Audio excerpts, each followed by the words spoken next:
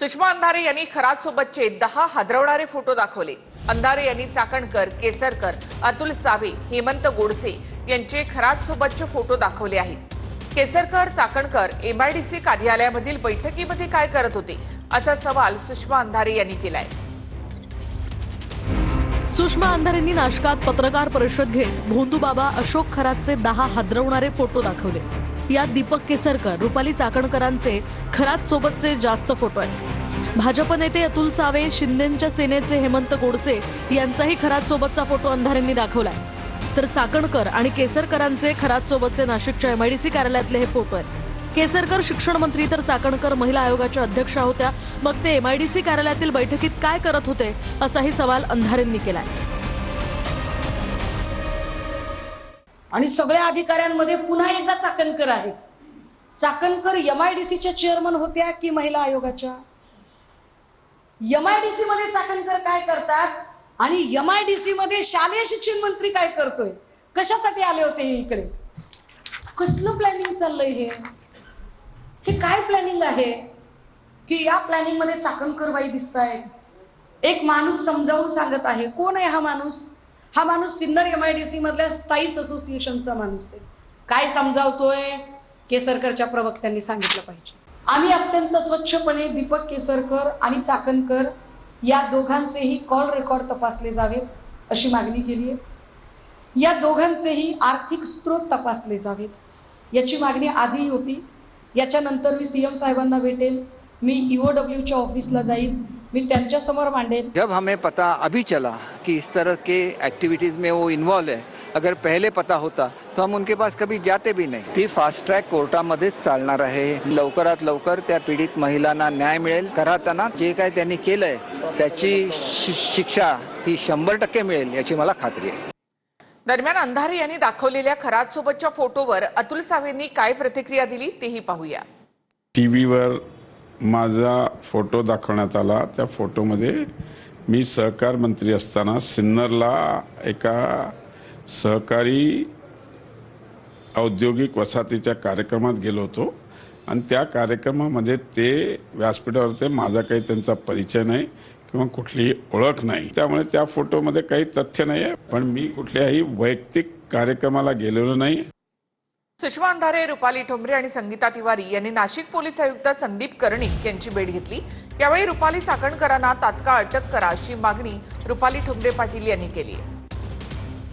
मी मागणी केलेली आहे की राज्य महिला आयोगाच्या अध्यक्षा यांना तात्काळ आपण अटक केली पाहिजे। शहर पोलिसांनी जो गुन्हा दाखल केलाय त्याच्यामध्ये सातत्याने आपल्याला दिसतंय की महिलांना तिथे पाठवणे म्हणजे तुम्ही तुमच्या पत्रिकेतले ग्रह चेक करून बघा, असे असे बाबा आहेत असा करून ते प्रकरण वर्ग केलं जात होतं। ते रॅकेट स्वतः रुपाली चाकणकर चालवत आहे। या परिस्थितीवरनं प्राथमिक दर्शवते का रुपाली चाकणकर यांना तुम्ही अजूनपर्यंत चौकशी केली नाही?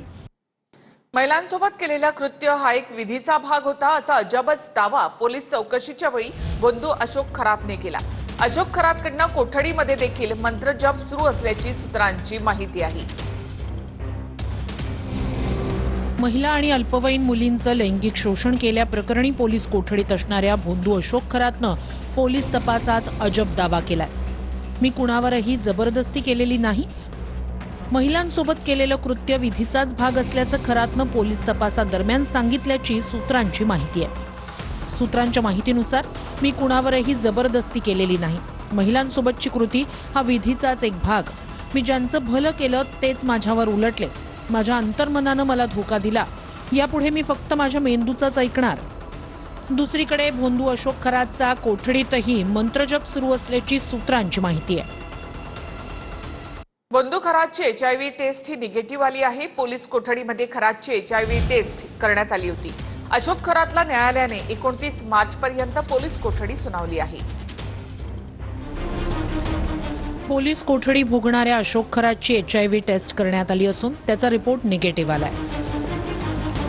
भविष्य सांगण्याच्या बहाण्यानं अशोक खरातनं 150हून अधिक महिलांवर अत्याचार केल्याचं पोलीस तपासात उघड झालंय। नाशिक पोलिसात दाखल केलेल्या 8 गुन्ह्यांपैकी 7 गुन्हे महिला अत्याचारासंदर्भातील आहेत। अशोक खरातनं अनेक महिलांचं शोषण केल्यानं पीडित महिलांच्या सुरक्षेचा प्रश्न निर्माण झाला होता. त्यामुळेच ही टेस्ट करण्यात आल्याची माहिती आहे. दरम्यान HIV रिपोर्ट निगेटिव्ह आलाय.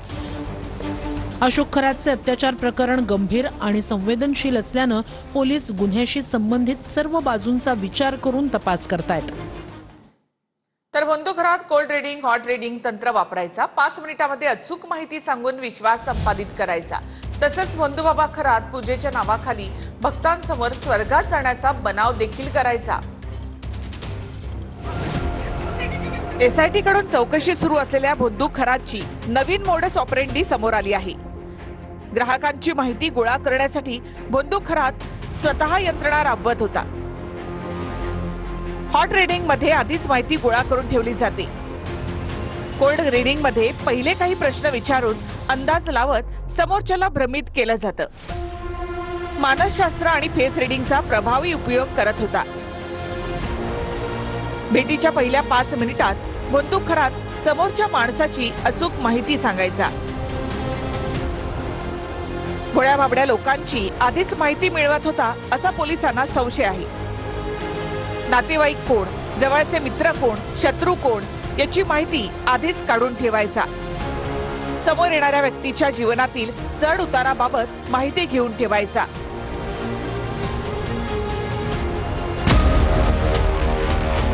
भोंदूबाबा खरात पूजेच्या नावाखाली भक्तांसमोर स्वर्गात जाण्याचा बनाव करायचा. खरात ग्रीनलँड देशात जाऊन आला. जासूद यांच्या पैशातून ग्रीनलँड देशाचा खरातचा प्रवास. ग्रीनलँडमध्ये जात असताना स्वर्गात जात असल्याचं सांगितलं. कैलास मानसरोवर हे स्वर्गाचं एक टोक असून ग्रीनलँड हे स्वर्गाचं दुसरं टोक असल्याचं सांगायचं. तुमच्यासारखे भक्तगण लाभल्यानं स्वर्गात जात नसल्याचं सांगायचा. तुमच्यासाठी भारतात येतोय असं सांगून स्वर्गात जाण्याचा प्लॅन रद्द केल्याचं सांगायचा. भोंदूबाबा अशोक खरातचा पिस्तूल परवाना रद्द. शस्त्राचा गैरवापर झाला आहे का याबाबत शंका उपस्थित. जिल्हा प्रशासनाकडून परवाना रद्द करण्याची कारवाई. शंका उपस्थित झाल्यानं जिल्हा प्रशासनाकडून पिस्तूल परवाना रद्द. उच्च पदस्थ महिला अधिकाऱ्यांनाही खरातने जाळात ओढल्याची माहिती समोर आली. एका बड्या अधिकाऱ्याची पत्नीही खरातच्या जाळ्यात अडकली. पोलीस तपासात धक्कादायक माहिती समोर. दोन्ही महिलांकडून खरात विरुद्ध तक्रार केली जाणार. दोन्ही महिलांचं लैंगिक शोषण झाल्याची सूत्रांची माहिती. खरातच्या 1500 कोटींपेक्षा अधिक मालमत्तेवर SITची करडी नजर आहे. SITनं खरात आणि त्याच्या कुटुंबियांच्या मालमत्तेची माहिती मागवली. खरातच्या मालमत्तेचा शोध घेण्यासाठी SIT कडून नोंदणी विभागाची मदत घेण्यात येत आहे. खरात मागे ED, फॉरेक्स आणि कस्टमचाही ससेमिरा लागण्याची चिन्ह आहेत. खरातच्या व्यवहारांची कागदपत्र EDला देण्यात येणार आहेत. भोंदूंचं मिरगावातील आलिशान फार्म हाऊस पुन्हा चर्चेत आले. अशोक खरातनं फार्म हाऊससाठी तुर्कीतून फर्निचर आणलं. खरातनं कस्टम ड्युटी भरली की नाही याचीही तपासणी होणार आहे. भोंदूनं फार्म हाऊस, फर्निचर आणि परदेशवारीसाठी कोट्यावधी उकळले. पुण्यातील राजेंद्र जासूद यांची भोंदू अशोक खरात विरोधात तक्रार. मरणाची भीती दाखवून 4 ते 5 कोटी उकळले, जासूद यांची तक्रार.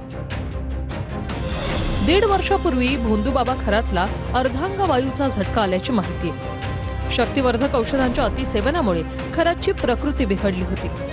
शहरातील खाजगी रुग्णालयात डॉक्टर भक्ताने खरातवर उपचार केले होते.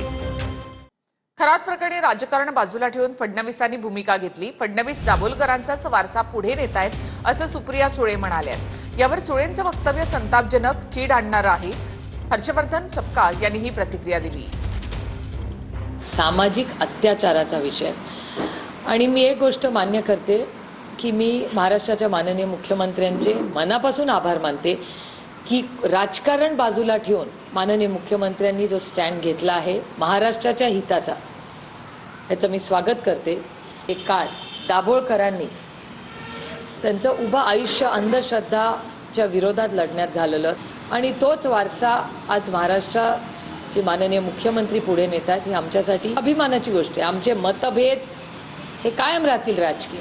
हे वक्तव्य त्यांचं चीड येणारं आणि संताप देखील व्यक्त करणारं अशा स्वरूपाचं हे वक्तव्य आहे. कारण जेव्हा नरेंद्र दाभोळकरांचा खून झाला, त्या खुनातले जे आरोपी होते त्या आरोपींना अटक केल्यानंतर हे निर्दोष आहेत म्हणून हे काही मोर्चे काढले म्हणजे आता त्यांनीच कोणता मार्ग निवडला आहे हे देखील याची देखील खुलासा करण्याची कुठेतरी ही आवश्यकता आहे.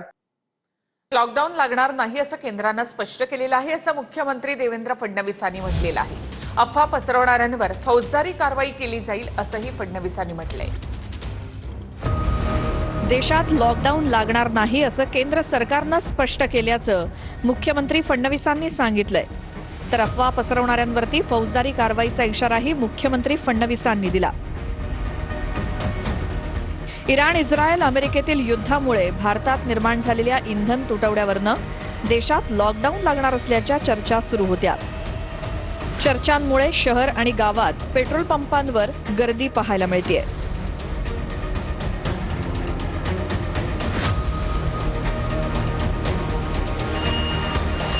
मी स्पष्टपणे सांगतो, अशा पद्धतीच्या खोटी माहिती फेसबुक किंवा एक्स किंवा कुठल्याही सोशल मीडिया प्लॅटफॉर्मवर टाकणं किंवा अशा प्रकारच्या खोट्या पोस्ट या व्हॉट्सॲपच्या माध्यमातून पुढे पाठवणं, तुम्ही फॉरवर्ड तरी केली तरी तो गुन्हा ठरेल आणि अशा गुन्ह्यातल्या प्रत्येकावर फौजदारी कारवाई होऊ शकते. त्यामुळे मी सर्वांना या ठिकाणी स्पष्टपणे सांगतोय की खोट्या अफवा पसरवू नका, नाहीतर फौजदारी कारवाईला सामोरं जावं लागेल. तर आपल्याकडे 1 महिन्याचा पेट्रोल डिझेलचा साठा असून कुणीही पंपावर रांगा लावू नये असं आवाहनही मुख्यमंत्री फडणवीसांनी केलं. की विनाकारण अफवेच्या आधारावर ग्राहकांनी पेट्रोल पंपावर रांगा लावू नये.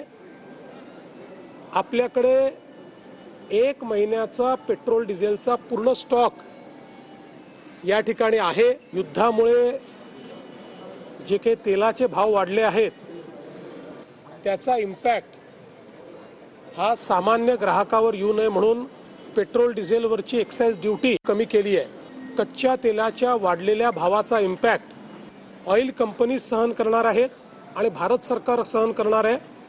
त्यामुळे सामान्य ग्राहकाला अधिकच्या दरात पेट्रोल डिझेल घ्यावं लागणार नाही. लॉकडाऊन लागणार नाही हे केंद्र सरकारने जाहीर केलेलं आहे. जे लोक अशा अफवा पसरवता आहेत त्या सगळ्या लोकांवर फौजदारी कारवाई केली जाईल. तर मंत्री नरहरी झिरवाळ यांचा आक्षेपार्ह व्हिडिओ समोर आलेला आहे. व्हिडिओची शहानिशा करण्यात येईल आणि व्हिडिओ खरा असल्यास कारवाई होईल असा इशारा मुख्यमंत्री फडणवीसांनी दिलाय. दरम्यान व्हिडिओ चुकीच्या पद्धतीनं बनवल्याचं झिरवाळांचं म्हणणं असून त्यांनी चौकशीची मागणी केल्याचंही फडणवीसांनी सांगितलंय. मंत्री नरहरी झिरवाळ यांचा आक्षेपार्ह व्हिडिओ समोर आलाय. या प्रकरणामध्ये तक्रार करा असं मुख्यमंत्री फडणवीसांनी मंत्री झिरवाळ यांना सांगितलं. तर समोर आलेल्या व्हिडिओची शहानिशा करण्यात येईल आणि व्हिडिओ खरा असल्यास कारवाई करण्याचा इशारा मुख्यमंत्री फडणवीसांनी दिलाय.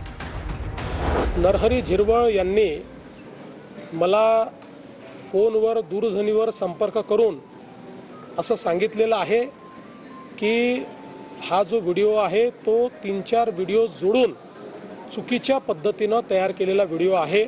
या व्हिडिओची शहानिशा ही करण्यात येईल आणि एकूणच जी काही इमर्जिंग परिस्थिती आहे त्या परिस्थितीवर त्याची सत्यता काय आहे ती पडताळून या ठिकाणी त्यांच्या पक्षाच्या नेत्या सुनेत्राताई पवार आणि आम्ही मिळून योग्य निर्णय करू. व्हायरल होणारा व्हिडिओ हा मंत्री झिरवाळ यांच्या सरकारी बंगल्यावरचा असल्याचं बोललं जातंय. व्हिडिओमध्ये झिरवाळ यांच्यासोबत तृतीयपंथीय असल्याचं सांगितलं जातं. त्यामुळे सरकारी निवासस्थानाचा दुरुपयोग होत असल्याचा आरोप केला जातोय. व्हिडिओ व्हायरल झाल्यानंतर मंत्री झिरवाळ यांच्यावर देखील पक्षातून कारवाई होणार का याची चर्चा राजकीय वर्तुळामध्ये रंगली होती. तर अजितदादांच्या राष्ट्रवादीने झिरवाळांवर कारवाई न करण्याचं ठरवल्याची सूत्रांची माहिती आहे. सूत्रांच्या माहितीनुसार झिरवाळ यांना राष्ट्रवादीतून अभय देण्यात आल्याचं कळतं. कथित व्हिडिओ प्रकरणात झिरवाळ यांचा राजीनामा घेतला जाणार नाही. दरवेळी आरोप झाले की राजीनामा घ्यावा हे काही योग्य नाही अशी पक्षातल्या वरिष्ठांची भूमिका आहे. हॉरिबल व्हिडिओ येतो. ती जी व्यक्ती आहे ती ट्रान्सजेंडर व्यक्ती आहे. मलाही विरोधी पक्षनेता असताना मलाही अनेक वेळेस भेटलेली व्यक्ती आहे आणि आता बोलावं काय अशा विषयावर. नरहरी झिरवाळांसारखा ज्येष्ठ माणूस चांगला माणूस आहे म्हणता येईल, असं काही वाईट माणूस आहे नरळ झिरोळ असं मी म्हणणार नाही, पण तो अशा जाळ्यात कसा अडकला हा एक प्रश्न माझ्याही मनात आहे आणि आता योग्य ती चौकशी होईल. हे बघा, झिरवळांची जो तुम्ही जे काही व्हिडिओ पाहतायत ना, हे काढल्या गेलेले 2-3 अँगलने त्याचे व्हिडिओ काढले गेलेले आणि झिरवळ तिथे झोपताना दिसतात. आता त्या प्रकरणात नेमकं काय आहे मलाही माहित नाहीये, पण त्याची चौकशी जरूर केली जाते. अशा प्रकारे एखाद्याला ट्रॅप करणं हा सुद्धा गुन्हा ठरतो. झिरवळांना त्याच्यामध्ये थोडं ट्रॅप केल्याचं दिसून येते, पण तरी मुख्यमंत्री महोदय त्याची चौकशी करतील. हे ब्लॅकमेलचाच प्रकार आहे हा, दुसरं काय. परंतु असं करणं हे गैर आहे. नसता सार्वजनिक जीवनामध्ये अशा प्रकारे कोणी ट्रॅप लावून कोणाचे व्हिडिओ काढून एखाद्याचं राजकीय करिअर, ज्याने अनेक वर्षाचं करिअर एका क्षणामध्ये धुळीस मिळवण्याचं जे काही काम करतायत, मला वाटतं हे गैर आहे. अशा पद्धतीनं कुणाला बदनाम करू नये आणि केलं जे त्यात असतील त्यांच्यावर सुद्धा कारवाई झाली पाहिजे. पंतप्रधान नरेंद्र मोदी यांची सर्व राज्यांच्या मुख्यमंत्र्यांसोबत बैठक सुरू आहे. व्हिडिओ कॉन्फरन्सिंगद्वारे ही बैठक सुरू आहे. पश्चिम आशियामधील युद्धामुळे निर्माण झालेल्या संकटाचा मुकाबला करण्यासाठी सरकारकडून उचललेल्या पावलांबाबत ही चर्चा सुरू असल्याची माहिती आहे. रत्नागिरीच्या लांजा तालुक्याला सलग दुसऱ्या दिवशी अवकाळी पावसानं झोडपलेला आहे. आडगाव, वेळ, रिंगणे, कुरंग, विलवडे या भागामध्ये पावसानं हजेरी लावली आहे, तर बारामतीमध्ये सुद्धा वादळी वाऱ्यासह पावसानं हजेरी लावली. अचानक आलेल्या पावसामुळे नागरिकांची मात्र तारांबळ उडाली.